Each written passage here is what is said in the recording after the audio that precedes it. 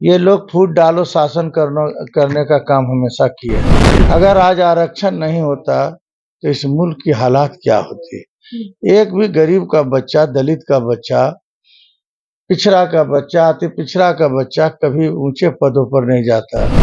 देश में दंगा फैलाने का ये लोग काम करेंगे। ये अंग्रेज के पैटर्न पर ये सरकार चल रही है। नमस्कार, मैं अनु। आप देख रहे क्या कहती है पब्लिक। जब से सुप्रीम कोर्ट एससी एसटी के आरक्षण को लेके उप वर्गीकरण को मंजूरी दी, तब से लगातार विवाद बढ़ते ही जा रहा है। अब बात करें बिहार को लेके, तो बिहार में जदयू और बीजेपी चुपचाप है, और वहीं पर तेजस्वी यादव और चिराग पासवान इसको विरोध कर रहे हैं। तो अभी इस मामले पर पूरा बातचीत करने के लिए अभी हमारे साथ पूर्व एमएलसी आजाद गांधी जी हैं, उनसे बात करते हैं। सर, क्या कहिएगा, इस मामले को आप कैसे देखते हैं?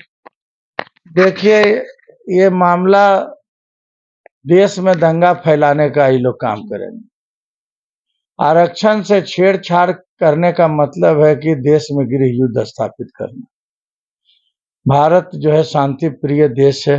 महात्मा गांधी का नारा देखते थे, बराबर आप हर जगह भी देखते हैं। जी। सत्य अहिंसा पर यह आधारित भारत है। और इस भारत के साथ साथ अगर कोई पार्टी, कोई दल अगर छेड़छाड़ करना चाहेगा तो परिणाम उत्तम नहीं होगा, परिणाम भुगतना पड़ेगा। जिस सोच के तहत डॉक्टर भीमराव अंबेडकर ने जो आरक्षण की व्यवस्था इस देश में की, अगर आज आरक्षण नहीं होता तो इस मुल्क की हालात क्या होती। एक भी गरीब का बच्चा, दलित का बच्चा, पिछड़ा का बच्चा, अति पिछड़ा का बच्चा कभी ऊंचे पदों पर नहीं जाता। आज पूरा पार्लियामेंट जो है, समझिए कि बड़े बड़े लोगों से भरा रहता। आज 25% आरक्षण है दलितों के लिए, शेड्यूल कास्ट और शेड्यूल ट्राइब के लिए। तो सदन की शोभा है। ये लोग अपने परिवार की आवाज, अपने समाज की आवाज उठाने का बहुत बड़ा केंद्र बिंदु को सदन कहा जाता है। अगर इससे भी अगर हकमारी लोग करना चाहेंगे, अगर छेड़छाड़ करना चाहेंगे, जिस तरह से पार्लियामेंट में जो आवाज, जिस तरह की चर्चाएं हो रही है, तो हमको लगता है ये देश के लिए खतरा का निशान है। हम देश को बांग्लादेश नहीं बनाना चाहते। आज वहाँ क्या मुद्दा हुआ? आरक्षण के मुद्दा पर इतनी बड़ी लड़ाइयाँ हुई। आज सब स्टूडेंट यूनियन सब जो है लड़ गया, हसीना के खिलाफ लड़ गया। अंतिम में हसीना को भारत में शरण लेना पड़ा। तो इस तरह से छेड़छाड़ गरीबों के साथ नहीं करना चाहिए।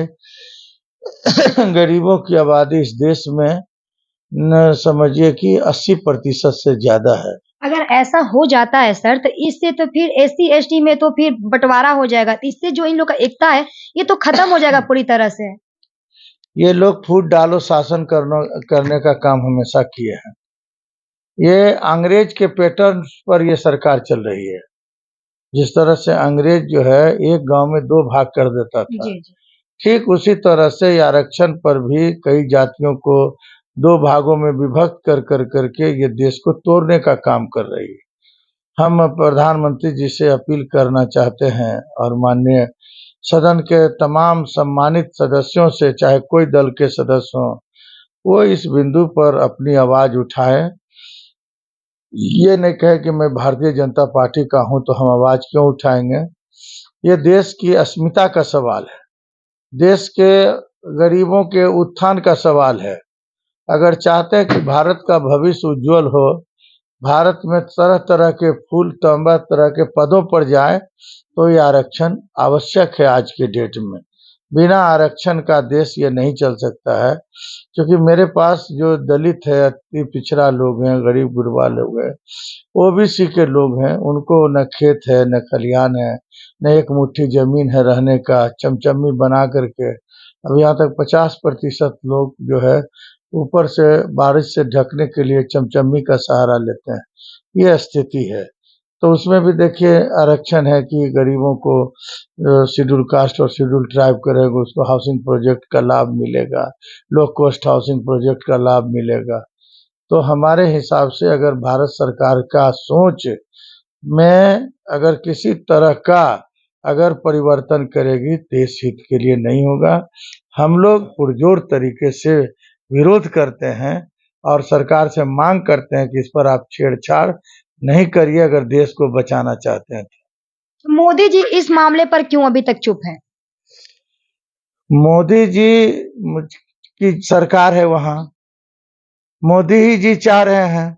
मोदी जी जो 400 पार का जो नारा लगाना चाह रहे थे कि 400 पार आ जाए, तो उसमें उनका साफ मिशन था कि आरक्षण को समाप्त करना। लेकिन हिंदुस्तान के जनता को हम बधाई देना चाहते हैं कि इन्होंने बड़ा नियंत्रित तरीके से वोट बैलेंसिंग को रखा और बहुमत के करीब भी भारतीय जनता पार्टी को पहुंचने का मौका नहीं मिला। ये असहाय दल है जिसको कहा जाए, दूसरे के सहारे यह सरकार चल रही है और जो सरकार दूसरे के सहारे चलती है बहुत तरह का डिसीजन नहीं ले सकती। सर अभी जो चल रही है जीतनराम मांझी इस मामले को लेकर बात कर रहे हैं, वो खुश भी और बोल रहे हैं कि इसका जो आरक्षण मिल रहा है 4 लोग ही इसका आरक्षण उठा रहे हैं। देखिए जीतनराम मांझी जी साहब क्या बोलेंगे, इसका आरक्षण का फायदा जितनी भी शेड्यूल कास्ट शेड्यूल ट्राइब के लोग हैं तमाम लोग इसका फायदा उठा रहे हैं। वो तो बोल रहे हैं कि मेरे कास्ट में कोई आईएएस थोड़ी है। आप उनके बोलने से क्या होगा, उनके आदमी तो समझे कि ने पूरे बिहार पब्लिक सर्विस कमीशन में आरक्षण का देन है कि भरे हुए हैं चारों तरफ से, और उनको पता नहीं है कि उनके समाज से कई लोग आईएएस हैं, समझे कि दूसरे सिर्फ वो बिहार की बात कहते हैं, बिहार के अन्य राज्यों में उनके समाज के कई आईएएस लोग हैं, उनको स्टडी करना चाहिए। बुजुर्ग आदमी है, हम ज्यादा विरोध उनका नहीं कर सकते हैं। उनको पुनः मंथन चिंतन इन बिंदुओं पर करना चाहिए जो इन्होंने अपना बयान दिया। सर क्या लगता है कि सरकार कानून बनाकर इसको पलट देगी? देखिए हमको नहीं लगता ऐसा कि सरकार इस तरह का रिस्क लेगी, असंभव बात है, क्योंकि देश 80% आबादी गरीब गुरबा का आबादी है और जब गरीब जो है समुद्र जिस तरह से देखते हैं तूफान आ जाता है समुद्र में, उसी तरह से हिंदुस्तान में तूफान आ जाएगा और इस तूफान में कितना प्रलय हो जाएगा जिसका कोई अनगिनत है। तो हम लोग नहीं चाहते हैं कि हिंदुस्तान जिस तरह से महात्मा गांधी जी ने इस देश को संभालते हुए आगे बढ़ाने का काम किया, जवाहरलाल नेहरू जी ने आगे बढ़ाया, लालू यादव ने आगे बढ़ाया, लोगों को इज्जत प्रतिष्ठा सभी वर्गों को दिया, उसी तरह से देश में ये व्यवस्था कायम रहे। आपकी नजर में क्या है कि जो आरक्षण को लेके जो बंटवारा लेके चल रहा है, तो इस चीज को आप एक्सेप्टेड कर रहे हैं कि नहीं कर रहे हैं? नहीं, हम लोग तो जितना भी आरक्षण जो बाबा भीमराव अंबेडकर ने अपने कलमों से दिया और जिन जातियों का वर्गीकरण किया उन्होंने, हम उस जात के समर्थन में है जो भीमराव अंबेडकर के द्वारा दिया हुआ है, हम उसका समर्थन करते हैं। नए संशोधन या प्रस्तावित बिल का हम लोग विरोध करते हैं। तो आप क्या सोचते हैं? कमेंट बॉक्स में प्रतिक्रिया अपना जरूर दीजिएगा।